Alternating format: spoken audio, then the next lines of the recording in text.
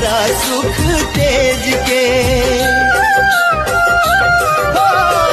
नव माह कोखिया में रखलू सहेज के, दिहलू जन्म माई सारा सुख तेज के।